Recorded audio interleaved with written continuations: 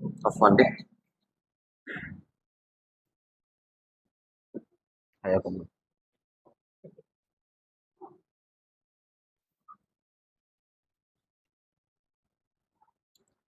Bismillahirrahmanirrahim. Assalamualaikum warahmatullahi wabarakatuh.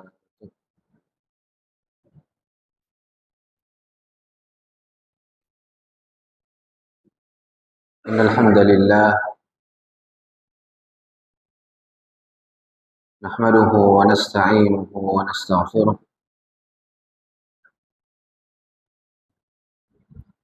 wa na'udzu billahi min shururi anfusina wa min sayyiati a'malina. Man yahdihillahu fala mudilla lahu wa man yudlil fala hadiya lahu. أشهد أن لا إله إلا الله وحده لا شريك له وأشهد أن محمدا عبده ورسوله صلى الله عليه وسلم. أما بعد. Ikhwani wa akhwati rahimani wa rahimakumullah. Kembali kita lanjutkan apa-apa yang telah kita kaji dari fiqh siyam, fikih puasa, di mana alhamdulillah rabbil alamin atas karunia, taufik dan hidayah Allah Subhanahu wa taala kita mampu untuk bertemu kembali dan berkumpul kembali dalam suasana iman, suasana ilmu, yang semoga Allah Subhanahu wa taala memberikan kita hidayah, keistiqamahan untuk senantiasa berada di atas ketaatan. Oleh karena itu, para jemaah sekalian rahimani wa rahimakumullah, di pertemuan sebelumnya kita telah membahas perkara-perkara yang berkaitan dengan uzur-uzur syar'i ataupun sebab-sebab syar'i dan alasan-alasan syar'i yang membolehkan seseorang untuk tidak berpuasa di bulan suci Ramadan.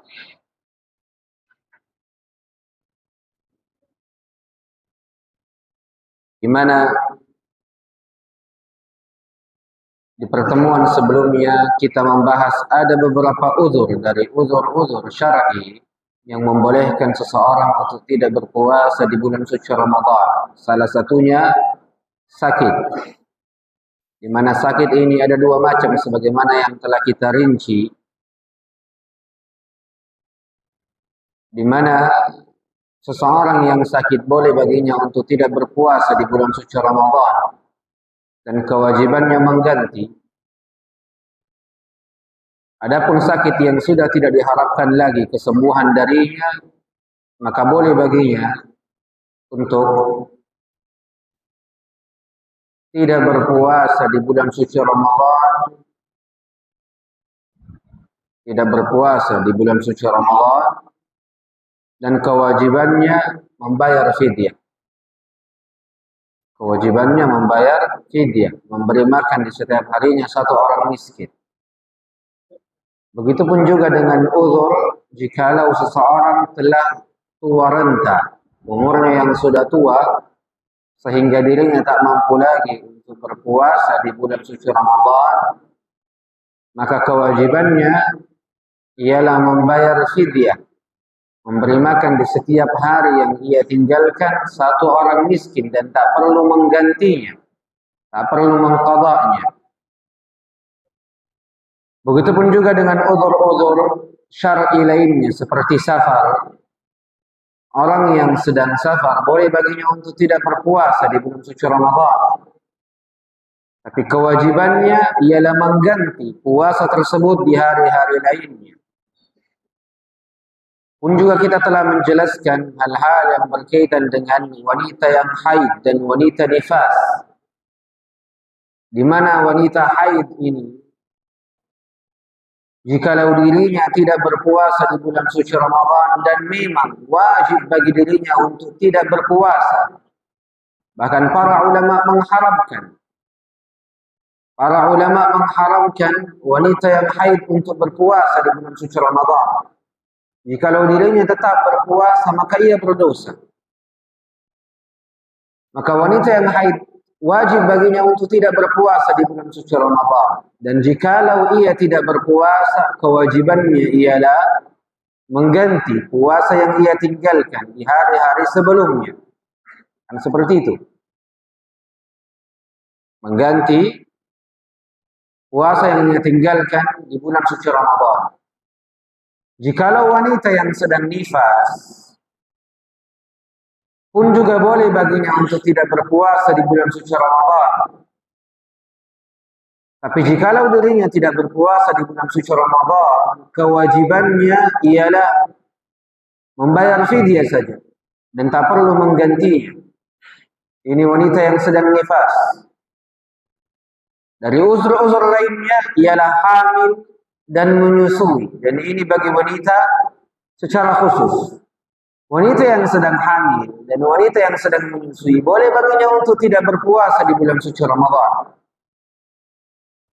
Dan wanita yang hamil serta wanita yang menyusui, jikalau dirinya tidak berpuasa di bulan suci Ramadan, apa kewajibannya? Kewajibannya cuma membayar fidyah saja dan tak perlu mengganti. Kewajibannya cuma memberi makan di setiap hari yang ia tinggalkan satu orang miskin saja dan tak perlu menggantinya. Dan ini pendapatnya Abdullah ibn Abbas dan Abdullah ibn Umar. Dan ini bagian dari kesepakatan para sahabat Nabi yang diamalkan di zaman mereka. Sehingga inilah udzur-udzur yang telah kita sampaikan di pertemuan sebelumnya, di mana di malam hari ini insyaallah tabaraka wa taala kita akan masuk ke pembahasan yang lain yang berkaitan dengan pembatal-pembatal puasa. Hal-hal apa sajakah yang membatalkan puasa? Hal-hal apa sajakah yang membatalkan puasa?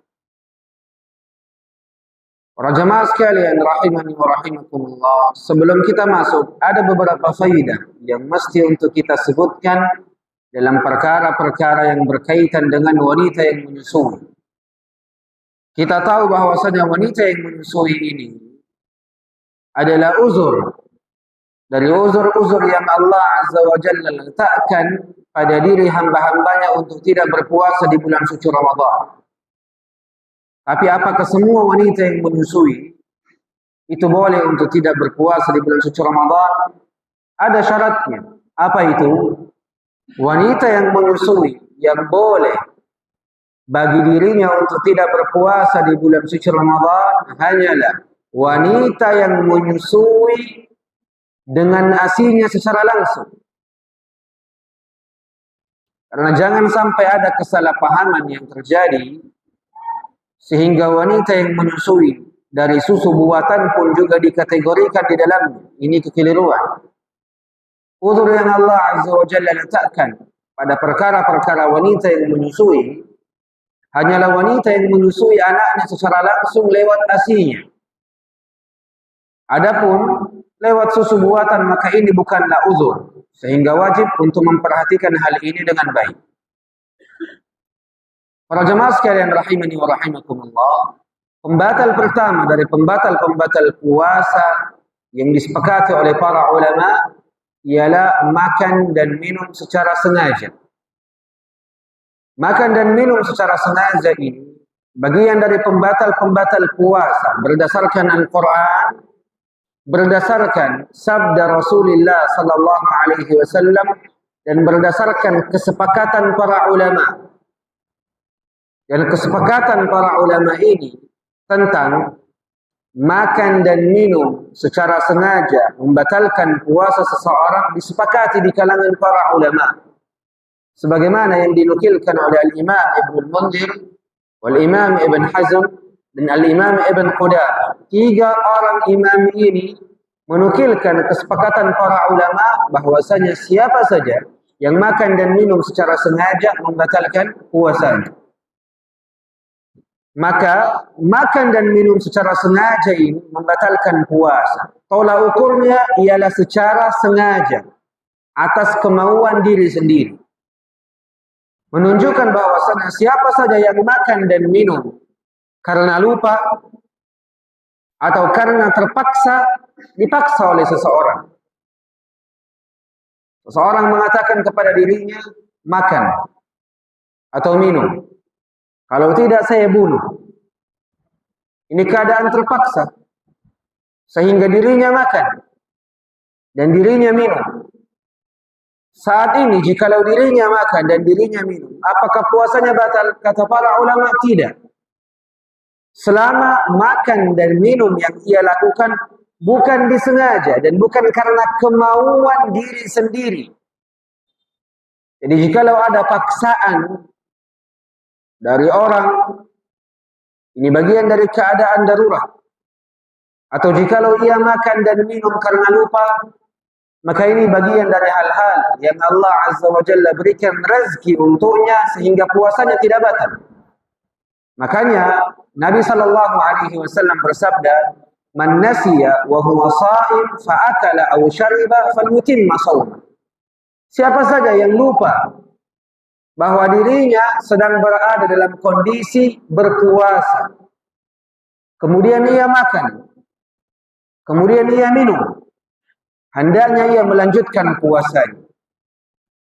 Fa innama at'amahu Allahu wa saqahu, karena sesungguhnya Allah Azza wa Jalla yang telah memberikannya makanan dan telah memberikannya minuman. Allah yang memberikannya rezeki. Sehingga puasa yang dilakukan karena atau makan dan minum yang dilakukan karena lupa ataupun terpaksa, ini bagian dari hal-hal yang tidak membatalkan puasanya. Puasanya batal jikalau ia makan dan minum secara sengaja dan karena kemauan diri sendiri, bukan karena lupa ataupun bukan karena keterpaksaan. Ini bagian dari hal-hal yang membatalkan puasa seseorang. Kemudian dari hal-hal yang membatalkan puasa seseorang ialah obat yang dimasukkan lewat hidung.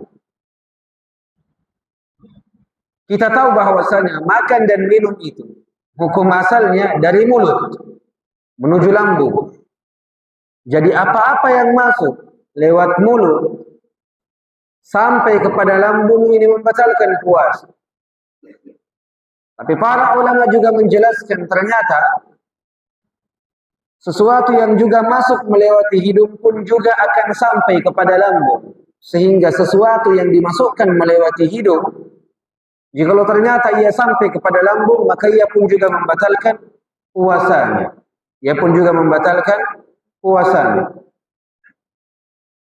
Jadi apa yang masuk melewati mulut dan juga hidung dari makanan dan minuman ataupun obat-obatan yang berupa cairan, ini membatalkan puasanya. Begitupun juga dengan obat yang diberikan oleh dokter berupa obat sebagai pengganti makanan dan minuman yang kita kenal saat ini dengan cairan infus. Ini dimasukkan lewat tangan, bukan lewat mulut dan bukan lewat hidung. Ini pun juga kata para ulama membatalkan puasa. Mengapa? Karena kedudukannya sama dengan makanan dan minuman. Kedudukannya sama dengan makanan dan minuman. Maka ini dari hal-hal yang mesti untuk kita perhatikan. Sekarang ada sebuah ucapan, siapa yang menelan cincin ataupun permata, ia telan cincin itu dan ia telan permata itu lewat mulutnya secara sengaja. Apakah hal itu membatalkan puasanya? Ada perbedaan di kalangan para ulama di dalam permasalahan ini. Pendapat yang pertama mengatakan tidak batal, karena cincin ataupun benda-benda itu bukan makanan dan minuman. Ini ucapan yang pertama. Ucapan yang kedua, katanya batal puasanya berdasarkan keumuman dalil. Siapa saja yang memasukkan suatu benda, entah makanan kah, ataupun minuman kah, ataupun selainnya, secara sengaja, lewat mulutnya, maka ini membatalkan puasanya. Dan inilah yang dirajihkan oleh Syekhul Islam Ibn Taimiyah dan Al-Imam Ibn Utsaimin. Dan para ulama lain, ia rajihkan dan ia kuatkan permasalahan ini. Selama ia lakukan dengan sengaja, walaupun bukan makanan dan minuman, maka itu membatalkan puasanya. Sekarang perkara-perkara yang mesti untuk dibahas, yang berkaitan dengan makanan dan minuman, apa hukum orang yang menelan ludahnya di saat dirinya sedang berpuasa? Ini juga mesti untuk kita terangkan, karena ada orang-orang yang ketika dirinya berpuasa, ludahnya pun tidak mau ditelan. Ludahnya pun tidak mau ditelan. Apa hukum orang yang menelan ludahnya ketika dirinya sedang berpuasa? Ini dijelaskan oleh Al-Imam An-Nawawi rahimahullah. Imam dari imam-imam mazhab Syafi'i rahimahullah. Ia nukilkan sebuah kesepakatan di kalangan para ulama. Apa itu? Jikalau ia menelan ludahnya karena kebiasaan, apa maksud karena kebiasaan? Secara otomatis. Orang kalau banyak berbicara, ini ludah terkumpul di mulutnya, pasti secara otomatis dia akan menelannya. Kata Al-Imam An-Nawawi, disepakati oleh para ulama bahwasanya selama ia menelan ludahnya karena kebiasaan, secara otomatis maka itu tidaklah membatalkan puasanya. Tidaklah membatalkan puasanya. Mengapa? Karena hal ini bagian dari hal-hal yang tak mampu untuk kita hindari. Coba bayangkan, jikalau setiap dari orang-orang yang berpuasa tidak boleh menelan ludahnya. Banyak yang itu ludah di jalanan. Kan begitu. Ini sesuatu yang tidak bisa kita hindari, kata para ulama. Sehingga ini tidak membatalkan puasa. Ini tidak membatalkan puasa. Sekarang ada permasalahan yang lebih aneh lagi yang berkaitan dengan air ludah. Apa itu? Bagaimana jika seseorang sengaja mengumpulkan air ludahnya di mulutnya? Memang sengaja sampainya full, baru ia telan. Apa hukumnya? Ini kan juga pembahasan yang mesti untuk kita ketahui. Karena ada seseorang yang kadang sengaja dia kumpulkan air ludahnya kemudian ditelan. Jadi ini bagian dari yang sesuatu yang dijelaskan oleh para ulama. Kata para ulama, jikalau seseorang sengaja mengumpulkan air ludahnya di mulutnya, kemudian ia sengaja untuk menelannya, apa hukumnya? Ada dua pendapat di kalangan mazhab Al-Imam Asy-Syafi'i dan mazhab Al-Imam Ahmad bin Hanbal. Dua pendapat ini, pendapat yang pertama mengatakan tidak batal puasanya. Tidak batal puasanya walaupun dirinya mengumpulkan air liurnya sampai benar-benar banyak di mulutnya kemudian ia telan. Pendapat yang pertama mengatakan tidak batal puasanya. Kenapa? Karena tidak adanya dalil yang menunjukkan bahwasanya air ludah ini membatalkan puasa. Dan inilah yang dikuatkan oleh Al-Imam Ibn Qudamah rahimahullah, seorang imam yang bermazhab Al-Imam Ahmad, mengumpulkan seluruh ucapan para ulama di dalam permasalahan-permasalahan tertentu di dalam kitabnya Al-Mughni. Beliau rajihkan pendapat ini. Dan ini juga lah pendapat yang dirajihkan dan dikuatkan oleh Al-Imam Abdul Aziz Ibn Abdullah Ibn Baz dan Al-Imam Ibn Utsaimin. Dan imam-imam selainnya merajihkan bahwasanya seseorang yang sengaja mengumpulkan air liurnya di mulutnya kemudian ia telan tidak membatalkan puasanya.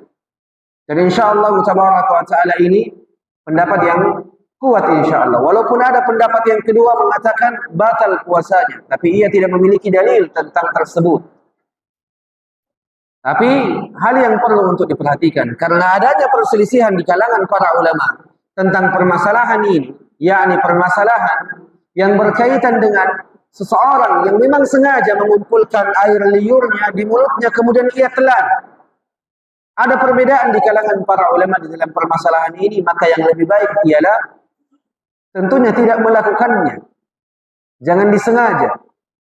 Bilang, oh Ustaz tadi malam mengatakan tidak batal di puasa. Ya sengaja lakukan. Jangan juga, karena memang di sini ada permasalahan dan ada perbedaan di kalangan para ulama. Sehingga hal yang paling baik dalam permasalahan ini ialah sesuatu yang menjauhkan diri dengannya atau sesuatu yang menjauhkan diri darinya adalah sesuatu yang lebih selamat dan tidak melakukannya lebih selamat. Sekarang pembahasan yang lebih aneh lagi. Apa itu? Apa hukum orang yang menelan ludah orang lain? Tadi ludah sendiri. Sekarang apa hukum orang yang menelan ludahnya orang lain? Al-Imam An-Nawawi rahimahullah menukilkan kesepakatan di kalangan para ulama. Seseorang yang menelan ludahnya orang lain membatalkan puasanya berdasarkan kesepakatan para ulama. Jadi kalau ludahnya orang lain ini membatalkan puasa. Mengapa?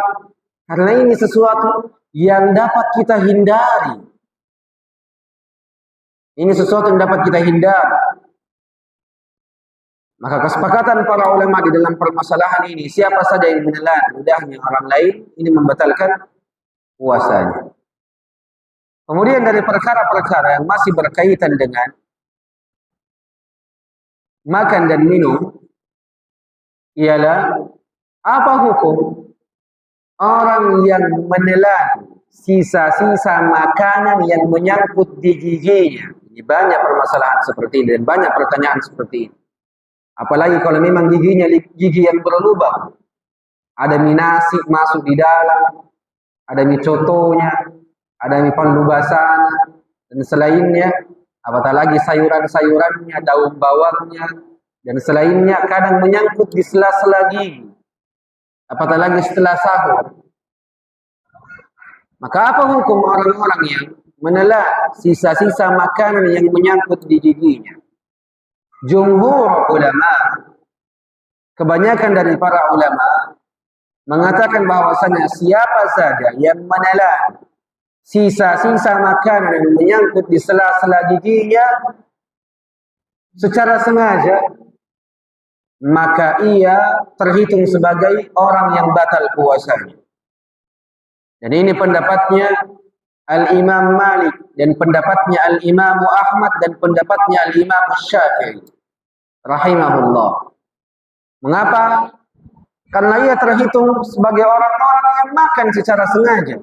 Kenapa? Karena makanan yang menyangkut di sela-sela gigi ini bagian dari hal-hal yang kita dapat menghindarinya. Kita dapat menghindarinya dan tidak melakukannya. Dan tidak ada kebutuhan di situ. Adapun ucapan Al-Imam Abu Hanifah mengatakan orang-orang yang makan secara sengaja dari sisa-sisa makanan yang menyangkut di giginya tidak membatalkan puasanya, Al-Imam Abu Hanifah tidak memiliki dalil di dalamnya. Maka pendapat Al-Imam Malik, Al-Imam Syafi'i dan Al-Imam Ahmad itu lebih kuat dari sisi pendalilan. Maka orang yang memakan atau menelan sisa-sisa makanan yang menyangkut di giginya terhitung sebagai orang-orang yang batal puasanya. Makanya berhati-hati pada setiap hal-hal yang berkaitan dengan perkara-perkara seperti ini. Untuk tidak bermudah-mudahan adanya makanan yang menyangkut di sela-sela gigi diambil. Dan tidak bermudah-mudahan ditelan. Karena kadang ada orang makan yang menyangkut di sela-sela giginya malas mengambil dengan tangannya. Apa yang dia lakukan? Nah, goyang-goyangkan lidahnya sela-sela giginya sampai makanan itu keluar dari sela-sela giginya. Setelah itu kadang bermudah-mudahan dia telan. Maka orang-orang seperti ini sejatinya ialah orang-orang yang tergolong dari orang-orang yang batal puasanya. Makanya ini hendaknya diperhatikan dengan baik. Kemudian dari perkara-perkara yang masih berkaitan dengan makan dan minum, khusus untuk wanita. Apa hukum wanita yang mencoba masakannya atau mencoba makanan yang hendak dihidangkan kepada keluarganya sebagai hidangan buka puasa. Jangan sampai kurangi garamnya, atau jangan sampai juga terlalu banyak garamnya. Sehingga apakah boleh bagi wanita, seorang ibu rumah tangga untuk mencoba masakannya? Kata para ulama seperti Al-Imam Ahmad dan Al-Imam Syafi'i, kata mereka boleh. Kata mereka boleh. Dengan satu syarat. Setelah ia mencobanya dengan lidahnya, ia tidak boleh menelannya. Ia tidak boleh menelannya. Tapi mesti untuk dicoba saja dari lidah, perasaannya yang mencobanya. Setelah itu ia mesti berkumur-kumur dan menghilangkan rasanya, sehingga tidak ia telan rasa itu. Maka boleh, tapi dengan syarat sebagai perasa saja di lidahnya. Begitupun juga boleh bagi seorang ibu untuk mengunyahkan makanan anaknya sehingga lebih mudah untuk ditelan bagi anak kecilnya.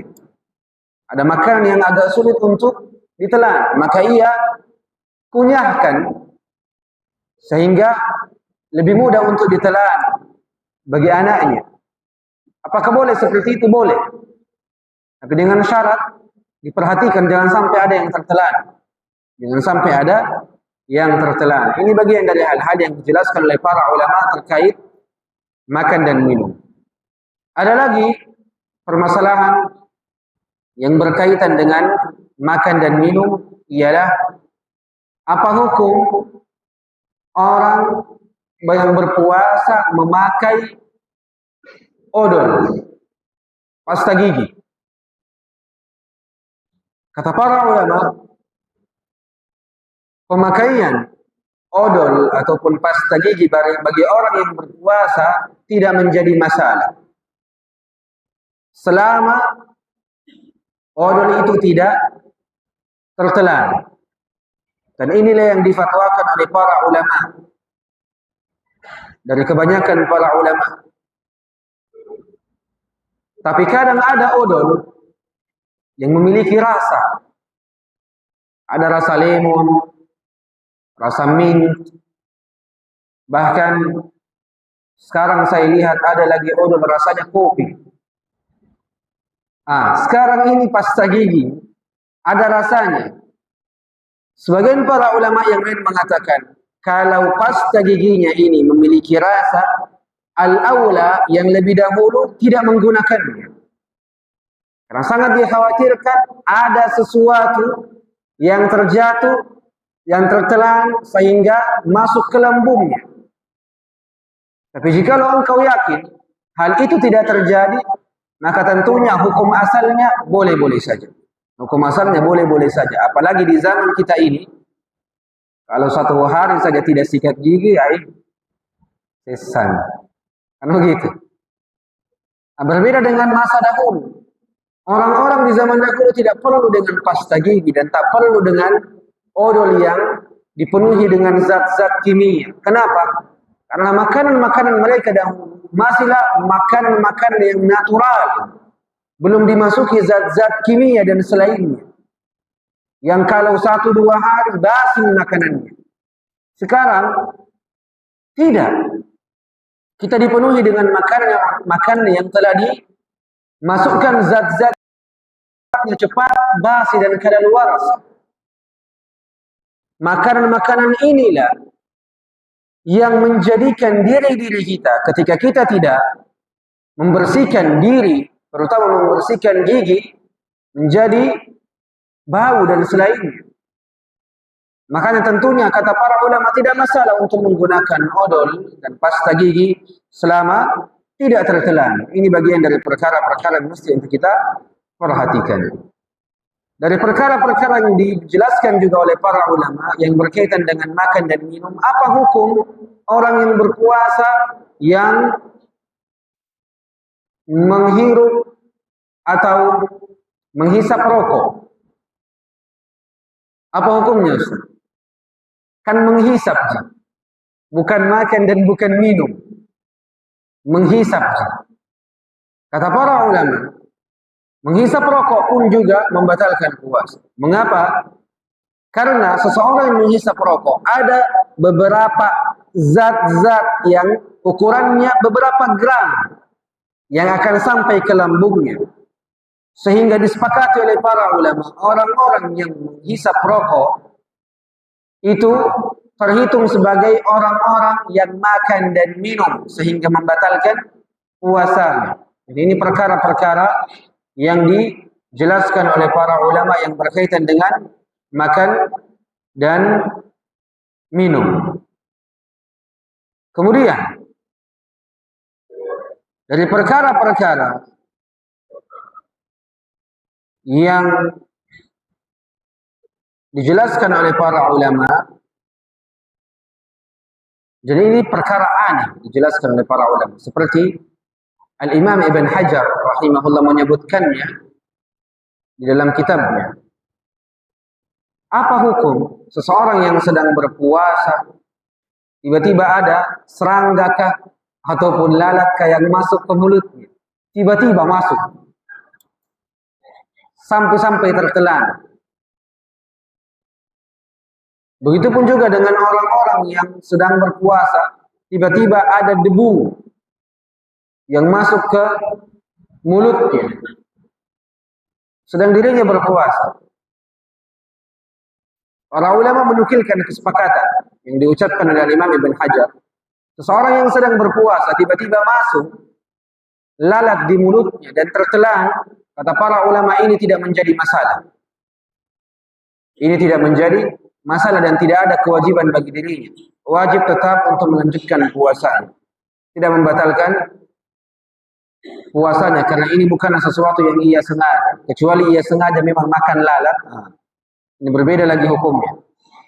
Maka ini bagian dari hal-hal yang mesti untuk kita perhatikan. Kemudian sebab yang kedua yang disebutkan oleh penulis dari pembatal-pembatal puasa ialah hubungan suami istri. Hubungan suami istri membatalkan puasa. Dan siapa yang berhubungan dengan istrinya di siang hari Ramadan ataupun dalam keadaan ia puasa, maka batal puasanya.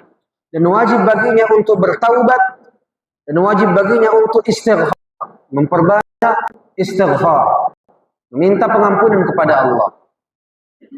Jikalau ada orang mengatakan, kenapa Ustaz? Kenapa saya mesti bertaubat? Dan kenapa saya mesti beristighfar?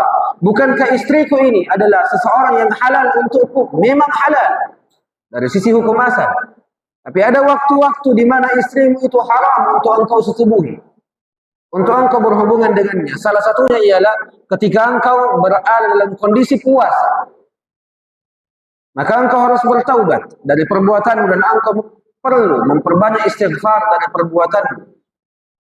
Dan di antara kewajiban-kewajiban bagi orang-orang yang melakukan hubungan suami istri sedang ia berpuasa, yang pertama taubat, yang kedua memperbanyak istighfar, yang ketiga mengganti hari yang telah ia lakukan hubungan suami istri di dalamnya. Kemudian yang keempat, ia mesti untuk membayar kafarah, membayar denda. Dendanya itu sesuai dengan urutan. Urutan yang pertama ialah membebaskan budak. Membebaskan budak. Tapi di zaman kita ini, perbudakan sudah tidak ada lagi. Sehingga kita pindah ke urutan yang kedua. Apa itu? Berpuasa 2 bulan berturut-turut. 60 hari berturut-turut dan tidak boleh ada jeda di antaranya. Kalau engkau telah berpuasa 30 hari, hari ke-31 engkau mau istirahat, yakni tidak berpuasa, dan engkau melakukannya, maka engkau harus mengulang puasamu lagi dari awal. Mesti berurut selama 2 bulan berturut-turut, 60 hari berturut-turut. Ini bagi yang melakukan perkara ini secara sengaja. Kemudian, jikalau ternyata ia tak mampu untuk melakukan itu, karena dirinya sudah seseorang yang sudah tua, tak mampu lagi berpuasa, maka ia pindah ke urutan yang ketiga. Apa itu? Memberi makan 60 orang miskin. Memberi makan 60 orang miskin. Dan ingat, seseorang tidak boleh berpindah ke urutan yang ketiga jikalau ia mampu urutan yang kedua. Karena kadang ada orang yang sengaja memainkan agama. Apa itu? Seseorang yang kaya raya sengaja melakukan hubungan istri di tengah-tengah Ramadan karena mengetahui bahwasanya ada urutan yang boleh untuk kita ambil secara bebas, dan ini tentunya kekeliruan. Kalau saya melakukan hubungan suami istri, tidak perlu saya berpuasa 2 bulan berturut-turut. Saya mending ambil memberi makan 60 orang miskin. Satu orang miskin anggaplah 20.000. Jadi kalau 60 orang miskin, 1 juta. Bukanlah nilai yang besar buat diri, sehingga ia melewati batas. Makanya kata para ulama, tidak boleh seseorang yang mampu untuk berpuasa, ia lebih mengambil urutan yang ketiga, memberi makan 60 orang miskin. Selama dirinya mampu untuk berpuasa, maka ia diwajibkan untuk berpuasa 2 bulan berturut-turut, dan dirinya tidak boleh mengambil urutan yang ketiga. Kecuali memang dirinya tak mampu untuk berpuasa, sehingga ia mengambil urutan yang ketiga. Ini dari hal-hal yang membatalkan puasa. Sekarang para ulama menjelaskan beberapa hal yang membatalkan puasa yang masih berkaitan dengan hubungan suami istri. Apa itu? Mengeluarkan airnya secara sengaja tanpa melakukan hubungan suami istri. Tanpa melakukan hubungan suami istri. Ia sengaja mengeluarkan airnya, entah dengan dirinya sendiri, entah dengan diri orang lain. Selama ia keluarkan airnya karena syahwat dan karena kemauan diri sendiri dan pilihan dari dirinya, maka ini membatalkan puasanya. Jadi ini dari hal-hal yang perlu untuk kita pahami. Tapi ingat, karena orang banyak kesalahpahaman di sini. Apa itu? Seseorang mengeluarkan airnya tapi tidak berhubungan badan, kewajibannya cuma mengganti dan tidak ada kafarah untuk dirinya. Kafarah puasa 60 hari atau memberi makan 60 orang ini bagi siapa yang melakukan hubungan suami istri. Ustaz, bagaimana jikalau saya melakukan hubungan suami istri tapi saya tidak masukkan? Saya cuma bermain dengan anggota tubuh istri saya, tapi saya tidak masukkan. Apa hukumnya? Baginya batal puasanya. Kewajibannya mengganti di hari itu tanpa kafarah. Kapan kafarah ini ada? Ketika milik laki-laki masuk ke dalam milik perempuan. Walaupun sedikit Ustaz, walaupun sedikit. Walaupun tidak keluar Ustaz, walaupun tidak keluar. Ingat, karena ada orang juga bermain dengan istrinya, memasukkan miliknya ke dalam milik istrinya, tapi tidak sampai keluar. Ini pun kata para ulama juga batal puasa dan wajib baginya kafarah selama masuk. Tapi jikalau tidak masuk, kewajibannya cuma apa? Mengganti. Dan tak perlu kafar. Karena kafarah itu mesti wajib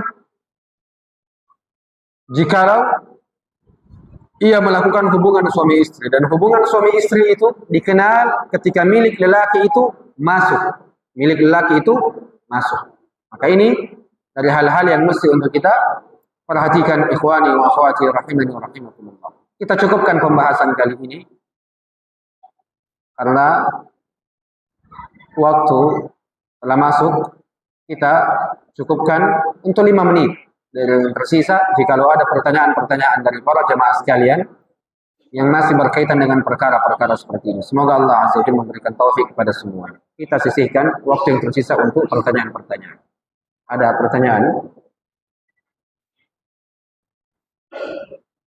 Ada pertanyaan? Fadhal.